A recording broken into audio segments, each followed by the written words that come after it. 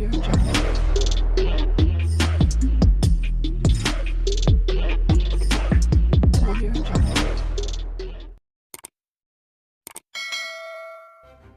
kasih kerana memilih channel ini. Sebelum kita mulakan video ini, sila pertimbangkan untuk menekan butang like, share dan subscribe dan aktifkan butang lonceng anda agar anda sentiasa mendapat info-info percuma pada setiap hari dari channel kami. Dan tinggalkan komen anda kerana komen anda amatlah dihargai. Terima kasih. Menteri Dalam Negeri Saifuddin Nasution Ismail hari ini menegaskan kepada Dewan Rakyat bahawa adendum diraja yang dikatakan memerintahkan penahanan rumah bekas Perdana Menteri Datuk Seri Najib Razak hanyalah kabar angin hearsay. Dalam jawapan kepada pertanyaan beberapa ahli parlimen mengenai perkara itu, Saifuddin Nasution Ismail merujuk mereka kepada keputusan Mahkamah Tinggi Kuala Lumpur pada Julai yang menolak tindakan Undang-Undang Najib untuk mengesahkan kewujudan adendum itu. Kota Baru Ahli Parlimen Taqiyuddin Hassan juga ikuti keputusan mahkamah ketika peguam yang berkenaan bawa ke mahkamah dan mahkamah kemudian anggap bahawa adendum ini hearsay. Itu sudah jelas keputusan mahkamah, kita tak patut timbulkan lagilah. Kementerian Dalam Negeri KDN pun lagi jauh. Kita tak anggotai Pardon Board Lembaga Pengampunan. Tak ada langsung.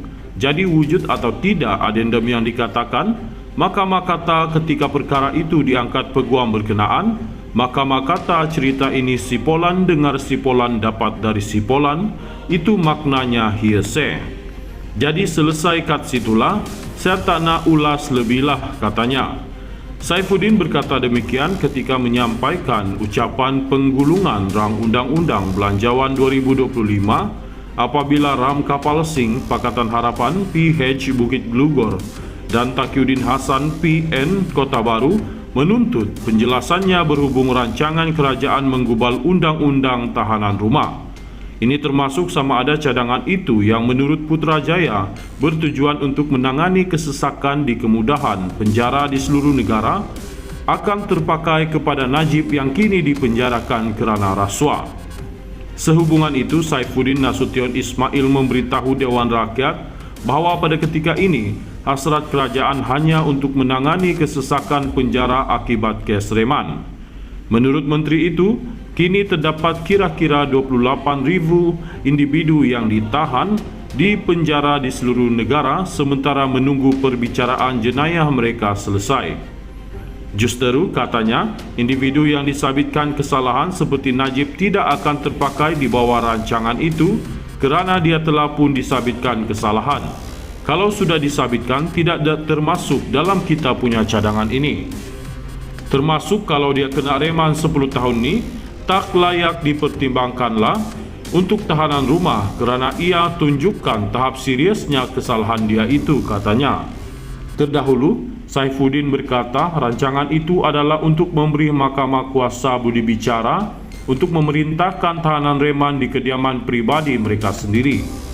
Hanya mereka yang menghadapi perbicaraan bagi kes tertentu yang dianggap kurang serius layak tambahnya. Bagaimanapun apa yang diberitahu Menteri Dalam Parlimen hari ini bercanggah dengan kenyataannya yang dibuat kepada media kira-kira 3 minggu lalu. Menurut bernama, Saifuddin Nasution Ismail berkata kepada pemberita di Kelang pada 20 Oktober bahawa rang undang-undang itu akan mempertimbangkan pesalah kali pertama yang tidak melakukan jenayah besar, wanita hamil, warga emas dan orang kurang upaya. Seperti yang saya katakan, angka yang layak dipertimbangkan ialah 20,000 orang yang merupakan pesalah pertama. Ia juga sasaran kepada pesalah yang melakukan kesalahan tidak serius, contohnya ibu tunggal dihimpit kemiskinan yang mencuri susu kerana ingin memberi anaknya makan dan dijatuhi hukuman penjara, katanya. Sementara itu, dalam isu berasingan, Saifuddin mendedahkan lebih 180 kes membabitkan isu 3R Raja Agama dan Kaum telah direkodkan sejak Mac 2023. Sejak Bukit Aman menubuhkan pasukan petugasnya pada Mac 2023, mereka telah mendokumenkan 182 kes katanya. Daripada jumlah ini, 138 telah diselesaikan, manakala baki 44 lagi masih dalam siasatan tambahnya. Saifuddin berkata majoriti kes melibatkan penghinaan yang ditujukan kepada raja dan beberapa individu telah pun menghadapi pertuduhan. Dia seterusnya menyebut bahawa mereka yang didakwa termasuk individu Melayu, India dan Cina. Menteri Dalam Negeri Saifuddin Nasution Ismail hari ini menegaskan kepada Dewan Rakyat bahawa adendum diraja yang dikatakan memerintahkan penahanan rumah bekas Perdana Menteri Datuk Seri Najib Razak hanyalah kabar angin hearsay. Dalam jawapan kepada pertanyaan beberapa ahli parlimen mengenai perkara itu, Saifuddin Nasution Ismail merujuk mereka kepada keputusan Mahkamah Tinggi Kuala Lumpur pada Julai yang menolak tindakan Undang-Undang Najib untuk mengesahkan kewujudan adendum itu.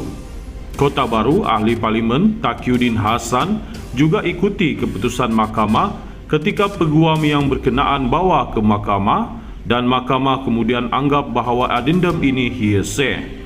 Itu sudah jelas keputusan mahkamah, kita tak patut timbulkan lagilah. Kementerian Dalam Negeri KDN pun lagi jauh. Kita tak anggotai Pardon Board Lembaga Pengampunan. Tak ada langsung.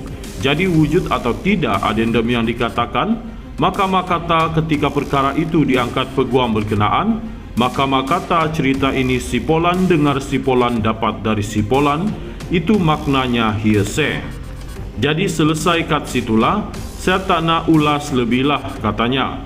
Saifuddin berkata demikian ketika menyampaikan ucapan penggulungan rang Undang-Undang Belanjawan 2025 apabila ram kapal Sing Pakatan Harapan PH Bukit Glugor dan Taqiyuddin Hassan PN Kota Baru menuntut penjelasannya berhubung rancangan kerajaan menggubal Undang-Undang Tahanan Rumah.